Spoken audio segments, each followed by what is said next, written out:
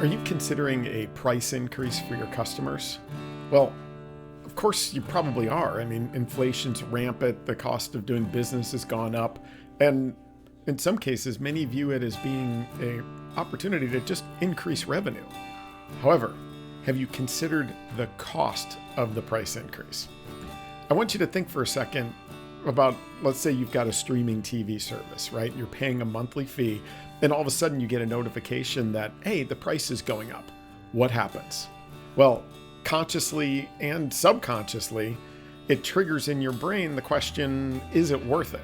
And at a subconscious and sometimes conscious level, you begin to almost naturally, passively track for alternatives. Now, what happens if that turns into an active tracking? Well, there's costs associated with that. First, let's consider the cost of sales. You've got reps that now need to be involved if there is a reevaluation that goes on, right? So you are actually allocating salary and their time to help save that customer.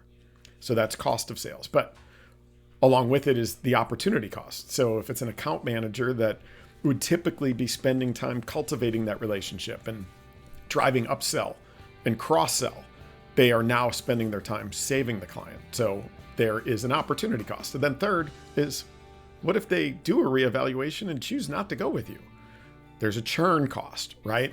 There is a cost that's associated with losing that client. And in a SaaS environment, it's not just this year's revenue, it's the lifetime value of that client, which probably wipes out a big chunk of the other price increases that you successfully grabbed from other clients.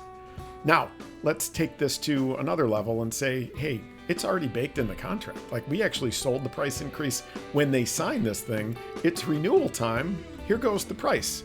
What happens? Well, remember, your signer likely doesn't remember it's in there, or your signer is not the person that's driving the renewal, right? They've changed jobs, they've changed positions, there's somebody else responsible for it, and they've probably budgeted based on the previous year's renewal, right? Because maybe you haven't notified them, hey, it's in your contract, you should have known. Well, what ends up happening? Well, budgets are set, nobody remembers, so you've got one of two situations.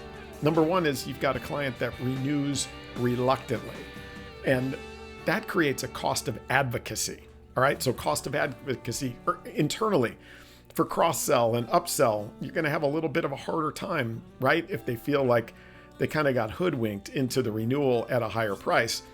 And then externally, it actually creates a top of funnel cost, right? For leads, for case studies, for assistance in new opportunities. So there's that, right? The renewal reluctantly costs in the cost of advocacy.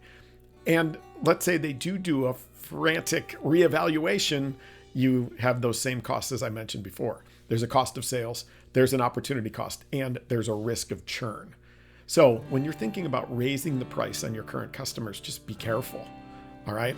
I was always an advocate for keep it the same, right? I know we've added more value to the technology, but our way of growth is to create fantastic outcomes and fantastic experiences for clients. So where they want to buy more, they want to stay, and they want to be advocates for us in our organization. That's where the growth comes. And inflation's temporary. Throughout the history of time, it's always been followed by a flattening, or in many cases, even a deflationary environment. So with that, just be careful and recognize the costs of a price increase before you do it. Thanks.